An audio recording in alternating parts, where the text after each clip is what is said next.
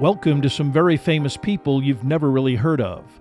Bite-sized biographies of the famous, the infamous, and the quirky in less than an hour. My name is Philip D. Gibbons, and there's more information about me, this podcast, and a bibliography at someveryfamouspeople.com. There are also photographs of many of the individuals and items mentioned in this podcast.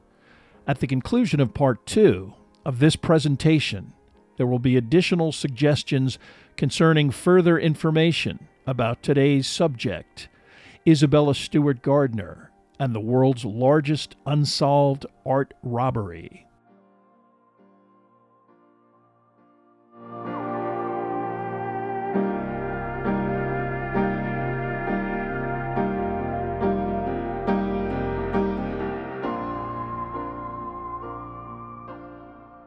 Now let's continue with our story about Isabella Stewart Gardner. It was approximately 4 hours before the next shift of security guards arrived at the employee entrance, ostensibly to relieve Abbott and Heist, when there was no response when they rang the intercom buzzer, and because neither of these two guards had a key, one of them went to a nearby payphone and called the deputy head of security, Larry O'Brien, who lived in nearby Somerville and was able to arrive within minutes. Upon unlocking the door and entering the building, O'Brien immediately observed something odd. A stretched-out, straightened wire coat hanger was lying near a candy machine near the rear entrance. Had thieves involved in removing over $500 million worth of priceless artwork paused to rifle a candy machine of some nickel-and-dime chocolate bars? O'Brien was too distracted to ponder that bizarre possibility. Making his way to the security desk, he then discovered that both night security guards were missing, and he then phoned Lyle Grindle. Grindle told him to call police and not to touch anything, adding that he was on his way. Several Boston police quickly arrived on the scene and fanned out throughout the Gardner's interior, cautiously searching the premises, not even certain that whoever was responsible had left. The potential seriousness of the crime was underlined by the presence of Police Sergeant Robin DeMarco and the patrol supervisor for the district, Patrick Cullity. They told some junior officers to search the basement while they headed to the museum's second floor. Quickly accessing the Dutch room, they were shocked by the destruction, frames and broken glass strewn across the entire gallery. They had little time for further investigation before they received a radio call that the other officers had discovered something important in the basement.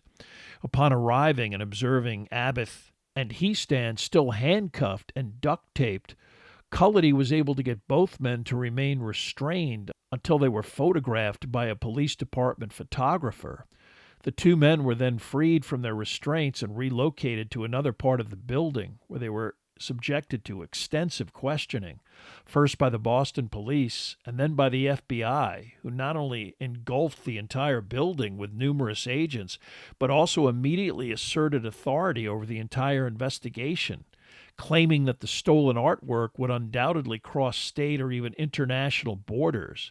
They refused any media access to the museum and even initially refused to let museum director Anne Hawley enter her own museum galleries, claiming they needed to search for evidence. Abbott and Heist were eventually released, the former immediately heading off to a Sunday evening Grateful Dead concert in Hartford, Connecticut, behavior that was certainly in line with a personality and demeanor that would be fleshed out in the coming months and even years, with aspects that were both startling and disturbing on several levels. Despite the thieves' parting shot to Abbott and Heist that they would be in touch, in the immediate aftermath of the robbery, no one contacted either the Gardner or law enforcement regarding the paintings.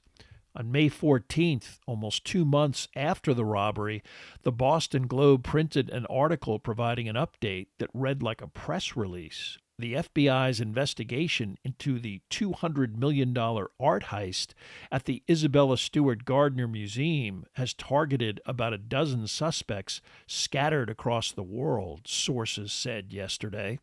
As details begin to emerge about the 2-month probe, law enforcement sources said that the suspect's movements are under close scrutiny by federal agents, including one suspect who was under surveillance during a recent arrival at Logan Airport.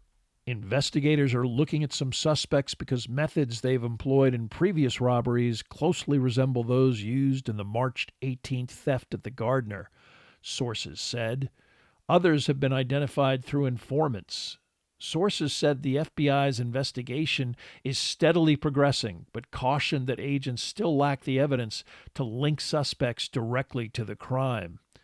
Investigators are encouraged by some parts of the investigation, said one law enforcement source, but discouraged they can't put the entire package together yet.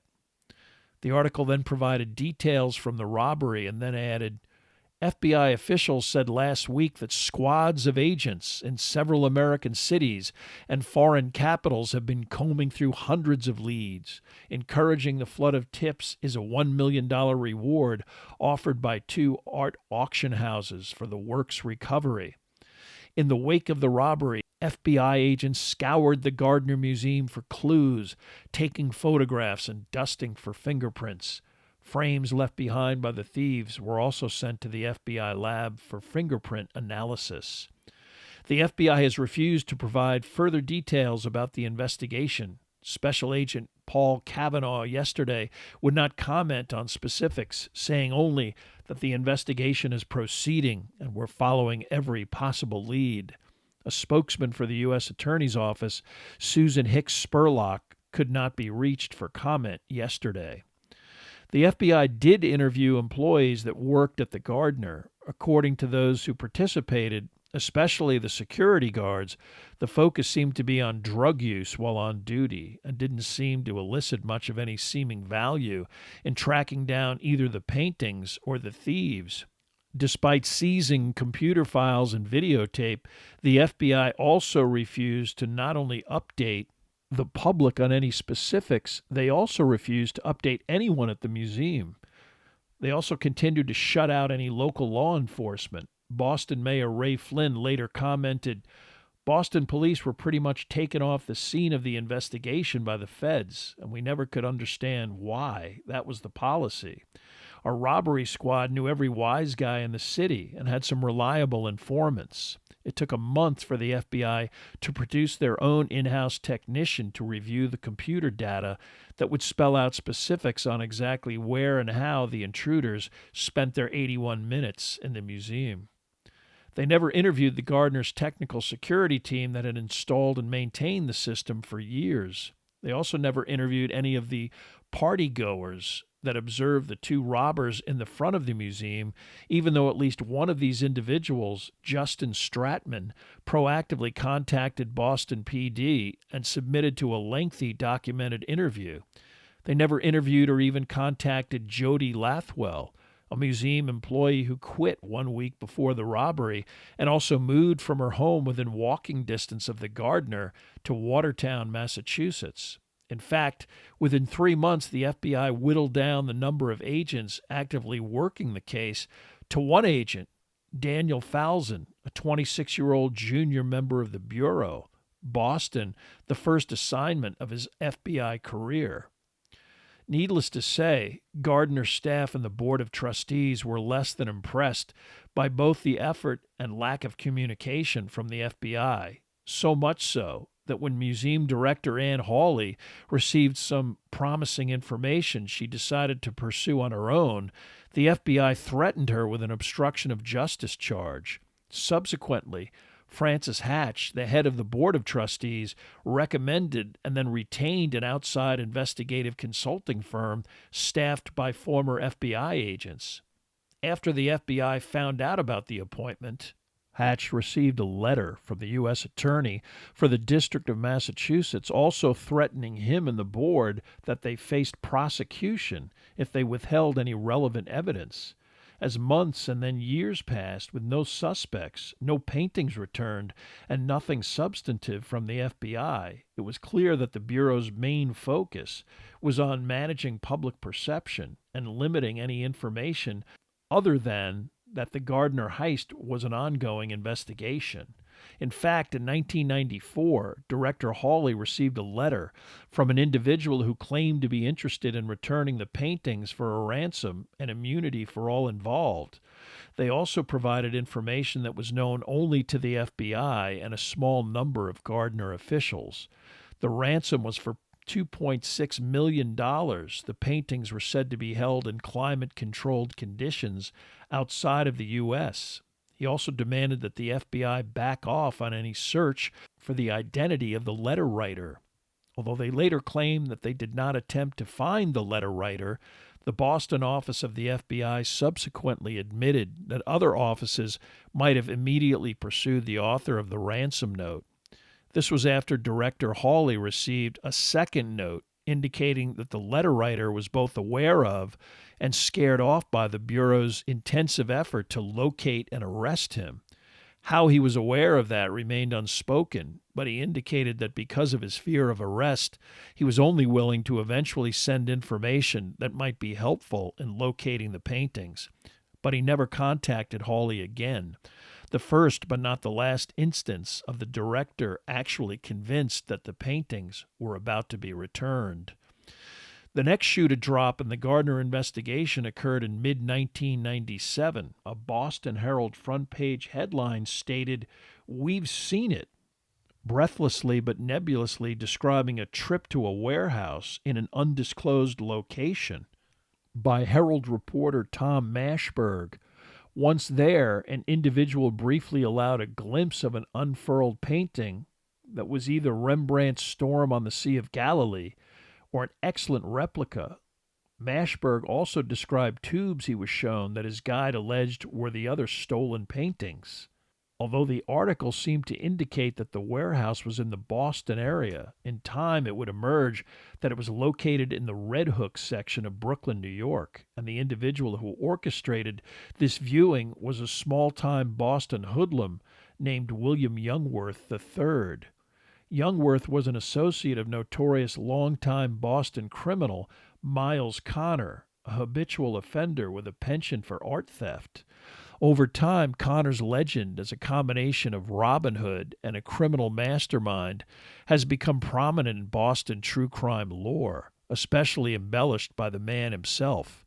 Had he been on the street at the time of the Gardner heist, Connor would have been immediately suspected of being involved.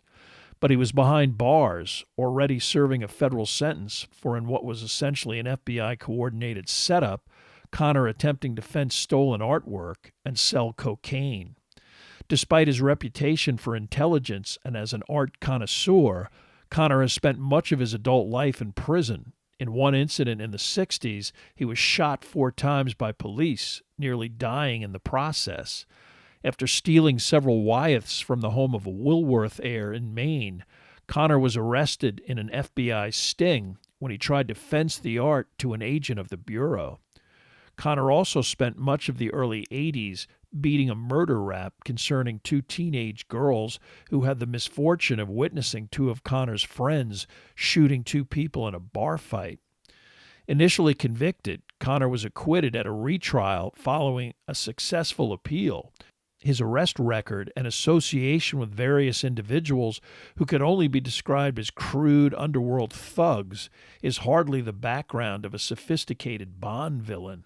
Unfortunately, after his 1989 arrest, Connor entrusted custody of his extensive collection of antiques, artworks, and artifacts to William Youngworth, who claimed to have met Connor while Miles was teaching martial arts. In fact, the two met while both were incarcerated at the Maximum Security Massachusetts Correctional Institute at Walpole.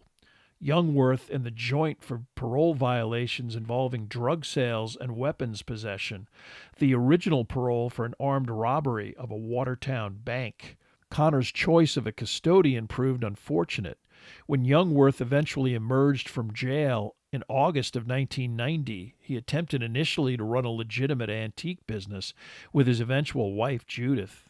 Connor's trailer filled with his valuables was parked behind the Youngworths' Alston, Massachusetts location. Unfortunately, the Youngworths developed a propensity for heroin and began to burn through first their own assets and then a great deal of Connor's memorabilia that was sold through their shop for pennies on the dollar. By 1997, the Youngworths relocated to a half-residence, half-furniture store in Randolph, Massachusetts. They had spent an estimated $500,000 on narcotics, owed thousands to the IRS and utilities, and were beset with additional problems when an informant's tip led to Youngworth's arrest for a stolen van that was parked in his garage. An additional FBI raid located some antique firearms, and it appears that, based on his association with Connor, the Bureau believed that Youngworth had either possession of or knowledge of the Gardner artwork. When Mashberg began writing about Youngworth as the focus of the FBI's search for the paintings, Youngworth reached out to him, precipitating the late-night warehouse visit. A lengthy minuet ensued between Mashberg, the FBI, some Gardner trustees, and Youngworth. Again, it appeared on several occasions as if the return of the art was imminent. At one point, Youngworth's attorney offered the whereabouts of the paintings in exchange for immunity at $1.5 million. But the FBI was highly skeptical, and higher-ups were not comfortable with officially agreeing to not only handing out immunity, but a great deal of money as well. The Bureau demanded some actual proof of Youngworth having access to the paintings, and he provided paint chips to the Boston Herald that he claimed came from the artwork. What happened next remains another confusing chapter in the Gardner case. The Herald initially submitted the chips to an independent expert who came to the conclusion that they were in fact from the Rembrandt era and were of a pigment prevalent in Vermeer paintings. The chips, as well as 30 color photographs that Youngworth took of the purported stolen artwork, were then turned over to the FBI, who, after their own analysis, publicly stated that the paint chips did not come from the Rembrandts and the photos were not of the actual artwork. U.S. Attorney Donald Stern, already adverse to cutting any deals, then ceased even discussing making a deal with Youngworth, who was convicted on the auto and gun possession charges, given a 3-year sentence, and sent back to prison in late 1997. Within weeks of his incarceration, his wife died of a drug overdose. Youngworth subsequently maintained that the chips had come from the Vermeer, and again claimed to know of it and the other paintings' whereabouts, but he was never taken seriously again. Although Miles Connor repeatedly stated that he could get the paintings back and knew who committed the crime, he also has admitted that he had nothing to do with the original theft. Amidst the fallout from the FBI's failure to make progress in the Gardner case, another even bigger bombshell cast a gigantic shadow over the investigation, further tainting both the public's and the Gardner hierarchy's perception of the Boston office of the Bureau. In late 1994, Whitey Bulger was finally indicted on murder and racketeering charges, but fled before he was arrested, a disappearance that lasted for almost 16 years. As the prosecution of the Bulger gang proceeded, specific FBI agents, most notably John Conley, were implicated in the actual knowledge of crimes including extortion and murder, and it was Conley who tipped off Bulger of his impending indictment, allowing the criminal's flight. During this time period, it came to light that instead of attempting to question Bulger themselves with regard to the Gardner heist, in 1991, the FBI reached out to John Conley, who had left the Bureau for the private sector. Conley, whose involvement with Bulger was still a public secret, asked Whitey what he knew about the caper. Bulger's answer was both surprising and enlightening. The Boston crime boss said that he not only had nothing to do with the theft, he was intent on finding out who did steal the paintings, as Bulger felt as the paintings were stolen on his turf, he was entitled to a cut of any proceeds, or even the artwork itself. This was no idle threat.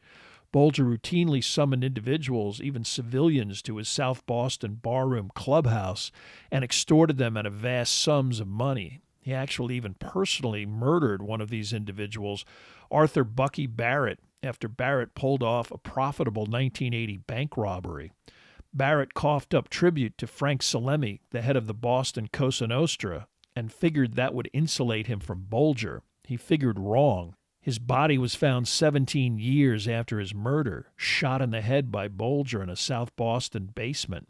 Because of Bolger's ties to the IRA and even Irish gangsters, one theory prevalent while Whitey was on the run was that he was in the Republic of Ireland under the protection of the country's criminal underworld, and that he had either helped steal or acquired the paintings subsequently and used them to negotiate this protection. This was at the time the FBI was alleging that in 2002, Bolger was positively sighted near London's Piccadilly Circus, another story that was fed to the Boston Globe, but when specifically analyzed was utterly ridiculous. But with supposedly movement within such proximity to Ireland and ties to the Irish underworld, the Bolger theory seemed generally plausible. It would take Bolger's arrest in 2011 to completely demolish this possibility. Upon obtaining sanctuary in an obscure Santa Monica, California apartment, the only international travel Bolger engaged in was to cross the border into Mexico to purchase his blood pressure medication using false identification. Following 9/11 and the tightening of procedures to re-enter the country from both Canada and Mexico, Bolger stopped even this practice. He was never in Ireland while on the lam, much less in possession of any of the Gardner paintings, and upon his arrest, he most certainly would have used the paintings as a bargaining chip, certainly for his girlfriend Catherine Grieg, if not himself. The IRA and Irish criminals did have a habit of stealing Vermeers, but when they did, they were either quickly returned or a specific ransom was demanded. It is unlikely that either of these entities would hold on to the artwork for 34 years without making an attempt to put together some kind of deal. Miles Connor was not as clever a criminal as he would have the public believe, but he was successful in one venture that permanently altered the art theft landscape in New England, and specifically the Gardner investigation itself.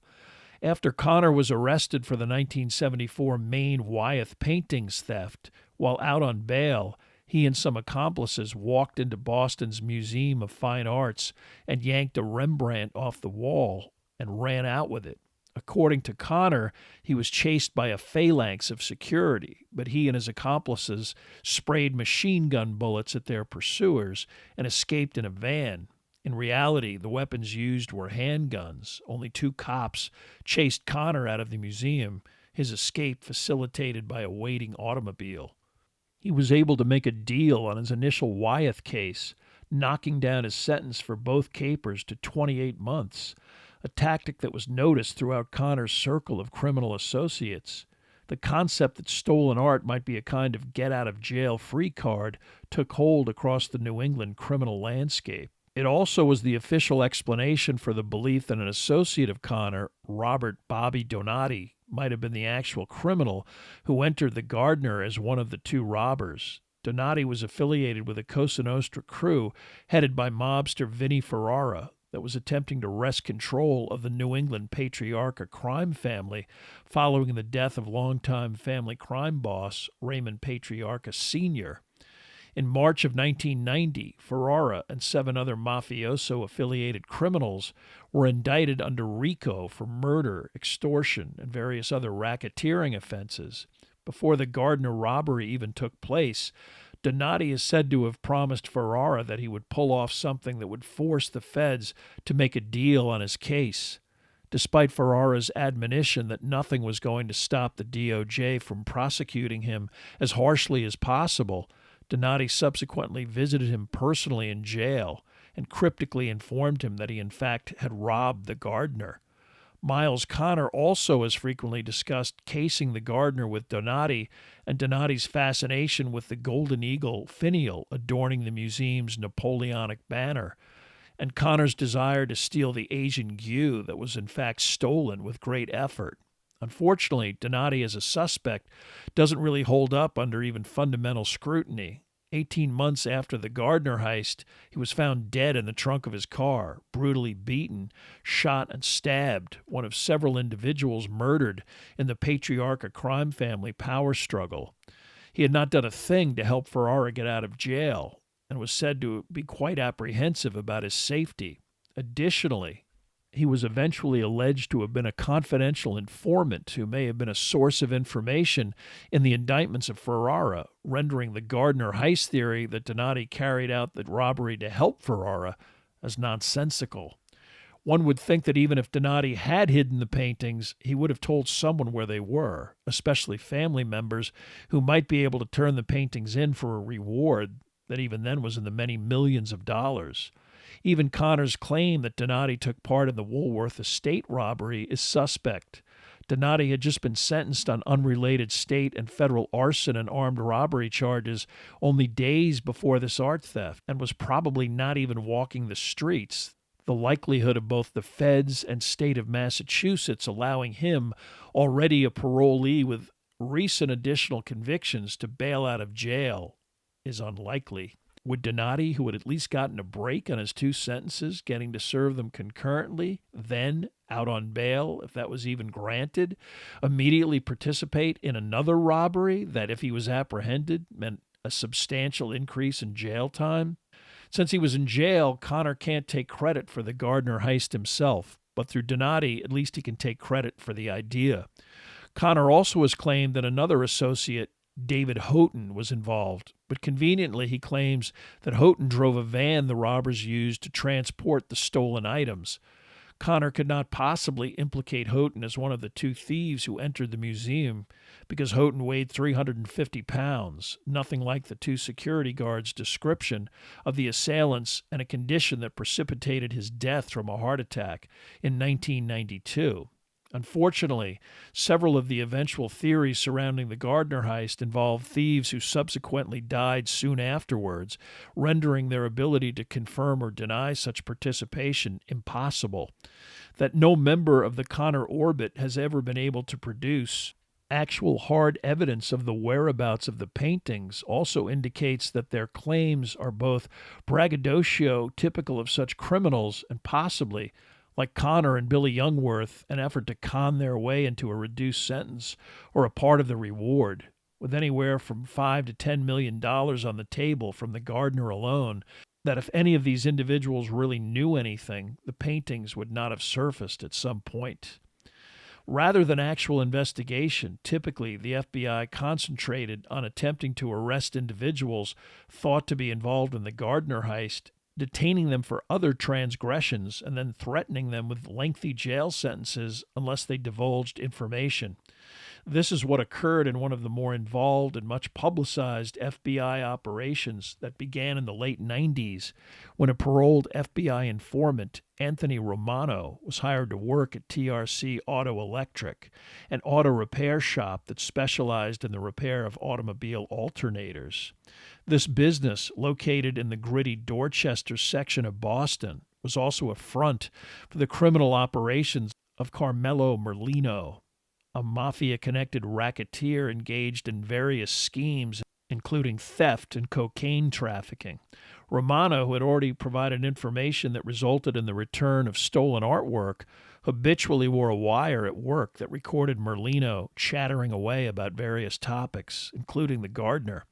Because he seemed to have knowledge of at least the whereabouts of the artwork, the FBI prodded Romano to get involved in another Merlino scheme to rob the Loomis Fargo armored car facility in Easton, Massachusetts, an objective rumored to have tens of millions of dollars of cash on hand. When the heist went down on February 7, 1999, 4 suspects were arrested before getting anywhere near the armored car facility, with specific wiretaps from Romero implicating these 4 men: Carmelo Merlino, David Turner, William Merlino, and Stephen Rossetti, were all convicted and given lengthy jail sentences. However, within minutes of their arrest, all 4 men were told that they could literally walk away from any charges if they provided information about the Gardner paintings.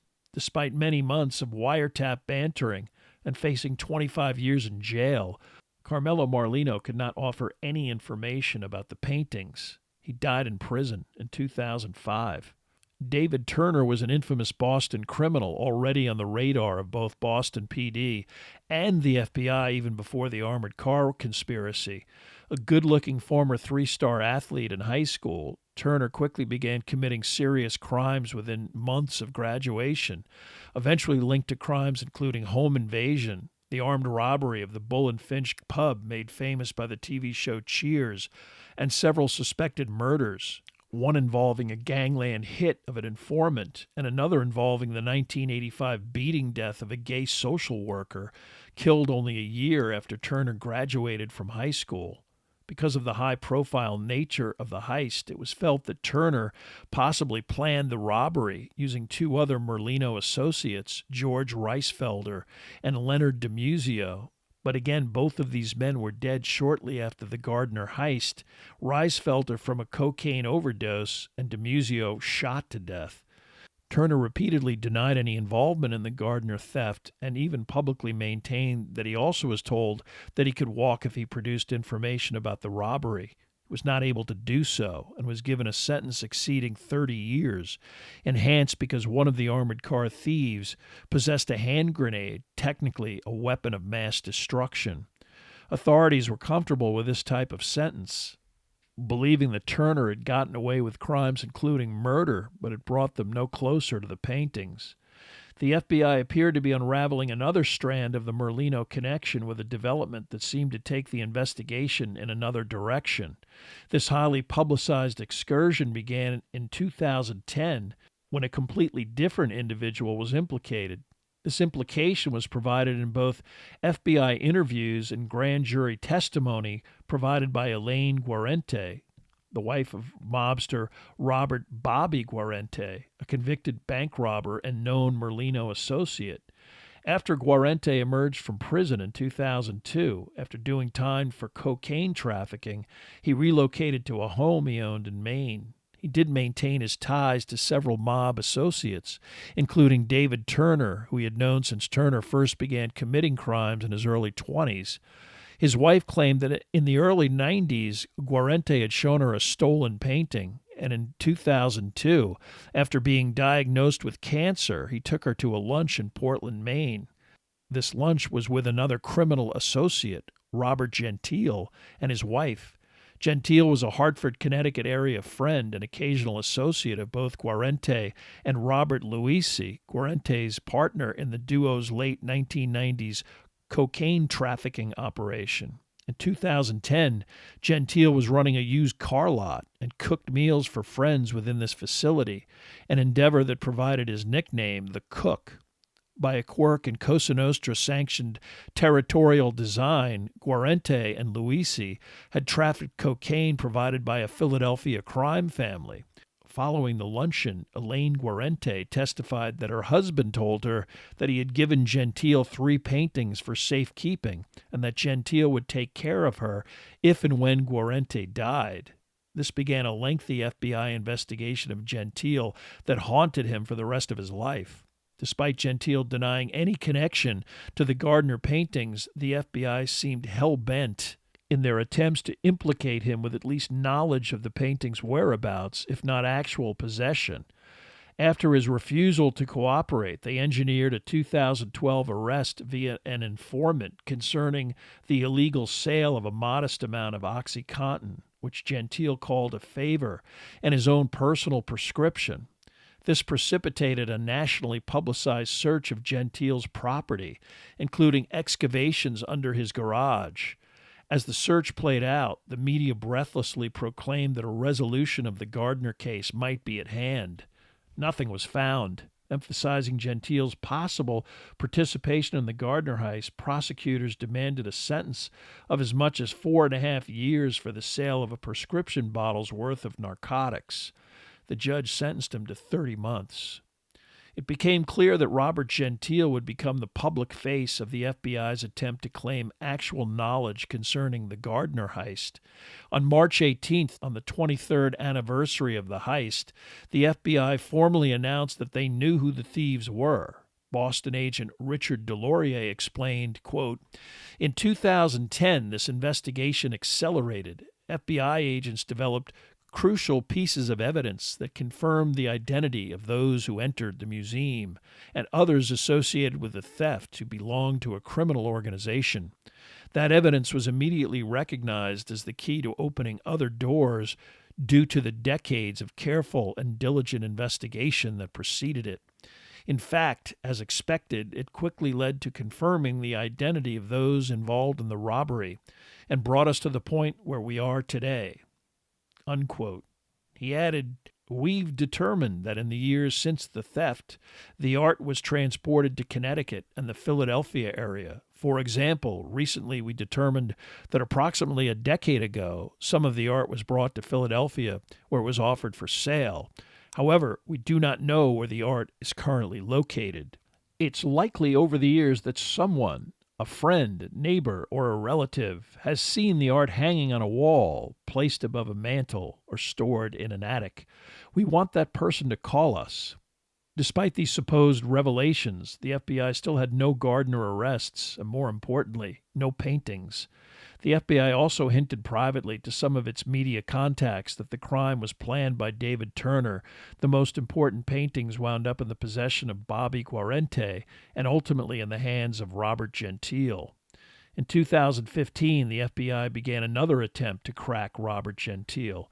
They arrested him on an illegal weapons charge on a tip provided by another informant. This resulted in an additional 4-year sentence. Again, Gentile denied any knowledge of the whereabouts of the paintings. Near death in 2016, and conferring privately with his attorney, who implored him that he didn't want to die without revealing if he actually knew anything, Gentile tearfully explained that he had no idea where the paintings were. Sobbing, he explained, "There ain't no paintings."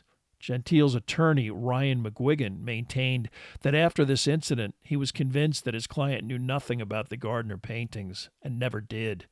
Gentile recovered, and when his lawyer later informed him that in 2016 the FBI had returned to his property for a third time with earth-penetrating detection devices, he merely laughed and said, "They ain't gonna find nothin'."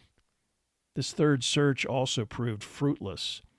Continuing the public relations campaign in 2015, Peter Cowenhoven, a Boston FBI agent, stated in an August 2015 television interview that the unnamed suspects were never arrested because they were dead. Privately, the FBI had already hinted in early 2015 by means of a leaked PowerPoint presentation to reporters Thomas Mashberg and Shelley Murphy that George Reisfelder and Leonard DiMuzio were the actual culprits, but never said so officially. So while the FBI maintains that it knows the identity of the thieves, it has never named these individuals publicly. They also have never offered any facts, explanations, or corroboration for any of their statements or conclusions. This was in conjunction with the release of videotape taken the night before the robbery, video from the museum's closed-circuit cameras that showed an automobile on Palace Road, an individual walking towards the museum, and the same individual being buzzed into the Gardner. Although unstated, based on the timestamp, the guard who let him into the building was Rick Abbott. Although he claimed that he was never told not to allow individuals into the building under any circumstance, Abbott did so twice on successive nights. Although this material was seized by the FBI shortly after the robbery, it was many years before the tape was even reviewed by anyone at the Bureau. This was merely another development that increased skepticism, not only about the FBI, but about Abbott's self-professed complete innocence. Over the years, information has emerged about Abbott that at the very least indicated a remarkable irresponsibility and possibly even a heist participation. Clearly, whoever entered and robbed the Gardner had inside information. They removed the VHS cassette recording that contained the footage from their 81 minutes in the building. A secret panel in the Dutch room was left ajar, indicating knowledge of this hidden aperture. Once the two guards were secured in the basement, the thieves stayed for 81 minutes, most likely knowing that the only way to summon police was by the panic button near the security desk. As far as Abbott personally, the only sensor recorded steps in the first-floor blue room that contained the stolen Manet Chez Tortoni were his. They appeared before the robbery began at 1:24 a.m., between midnight and 1 o'clock. Abbott also opened and shut the rear door eventually used by the robbers only 20 minutes before the thieves accessed the buzzer, possibly a signal to these two who were already in the vicinity sitting in their car. His explanation that he was merely trying to make sure the door was securely locked and that he always did this was something the FBI tried to verify by seizing the computer logs which compiled such details. But a security supervisor stated later that if Abbott did that habitually, it would have been detected in the logs, and he would have been warned to discontinue such a practice, and that security guards actually used an electronic wand that could indicate if the door was not secured properly. The Bureau never disclosed what they found upon examining the logs.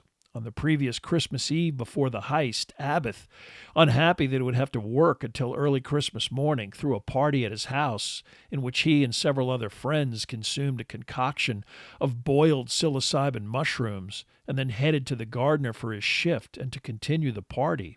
At least two of these individuals with him were also security guards at the museum, and while off duty were strictly prohibited from the premises. Already deeply impaired, everyone continued consuming vast quantities of Bombay gin, hallucinating and lounging around the galleries, utterly intoxicated to the extent that Abbott barely got the museum cleaned up before the morning shift arrived. His co-worker that night said nothing to supervisors, friendly with Abbott, but also indicative of the lax attitude regarding security. While the media claimed this occurred on New Year's Eve, Abbott, who claimed he was writing a book about the Gardner incident, subsequently self-published an excerpt that described this as happening on Christmas Eve. Frequently complaining to management about security, Abbott was not particularly liked by Lyle Grindle, who considered him a malcontent, and in fact Abbott had just given his 2 weeks' notice. This may be an explanation for one of the strangest aspects of the heist. After Shea Tortoni was stolen, the picture's frame was removed and placed on Lyle Grindle's chair. Who would even have a motive for such behavior, much less know the location of the supervisor's office? It would take 19 years before the FBI re-interviewed Abbott, attempting to rattle his cage by accusing him of being involved in the robbery. To them, he said the same thing that he had previously said to media in any subsequent interrogations and even grand jury testimony, that he had nothing to do with the robbery. Publicly, he also always bragged that he had passed 2 lie detector tests. Privately, it was learned by reporters that the results were actually inconclusive, something that the FBI refused to acknowledge publicly. The last real activity concerning any search for the missing paintings occurred on January 31st, 2018. Boston Globe reporter Steve Kurgian received a tip that Bobby Guarente had once owned a house near Orlando, Florida.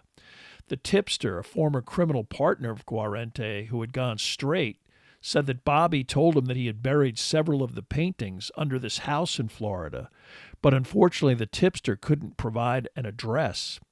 Digging through public records, Kurgian located a possible site, a house demolished in 2007 with only a concrete slab remaining. The reporter contacted the current owners, who had never even heard of the Gardner Museum, and explained what he was looking for, mentioning the then $10 million reward. The homeowners allowed the Globe to bring in an engineering firm to determine electronically what, if anything, was underneath the slab. When this search revealed a 4x6 square anomaly, Kurgian felt he might have hit the jackpot.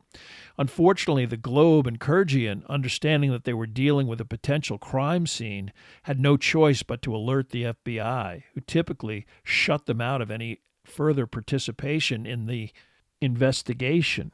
Several weeks passed, but several Globe reporters staked out the property, and eventually, on the morning of January 31st, 2018, the FBI swarmed the site with earth movers and demolition equipment. Kurgian got close enough to observe the original excitement of the agents as the dig progressed, and it was clear something with a box-like form was underneath the slab. There was something there, a septic tank, but no paintings. After serving his second prison term in 2021, Robert Gentile, aged 85, died of a stroke. In late February 2024, it was announced that Rick Abbott, 57, died after a lengthy illness. Abbott had relocated immediately after the heist to Oregon and eventually to Brattleboro, Vermont, where he worked as a teacher's aide. After he got out of prison in the early 2000s, Billy Youngworth seems to have gone straight. He's still listed as the owner of Alston Antiques on LinkedIn. Miles Connor also has not been arrested since emerging from prison at about the same time. He published his autobiography in 2010 and lives quietly, approaching 80 years old on a large piece of property near Blackstone, Massachusetts. David Turner was released from prison in 2019, a judge applying reduced sentencing guidelines to reward the prisoner for exceedingly productive behavior behind bars. Immediately questioned by media upon his release, Turner denied having anything to do with either the heist or the paintings. 5 years later, he has not reoffended. The museum is currently offering a $10 million reward for information leading to the return of the stolen Gardner paintings and artifacts, as well as a separate $100,000 reward for the return of the golden Napoleonic flag eagle, the finial. In 2009, the Gardner Museum itself announced a major expansion that, because of the terms of Isabella Stewart Gardner's will and neighborhood opposition, was litigated up to the Massachusetts Supreme Judicial Court, the museum prevailing and completing the expansion in 2012. On April 25, 2024, after 28 years as an FBI special agent and 23 years leading the Gardner Museum investigation, the Boston-based employee supervising this operation announced his retirement. He reiterated the FBI's stated belief that the art was transported from New England to Philadelphia, where it was offered for sale within the criminal underworld in 2002. He claimed that from there the trail ran cold, but says there are subsequent new leads and new possible sightings. Quote, there are speculative reports that are not corroborated that would have been much more recent, like a couple of years, unquote. Asked if he thought that the stolen artwork would be found, he replied unhesitatingly, absolutely. Perhaps the final word on this perspective and the entire Gardner heist, the various criminals implicated, and the FBI investigation should be left to Isabella Stewart Gardner herself, who once famously stated, "Don't spoil a good story by telling the truth."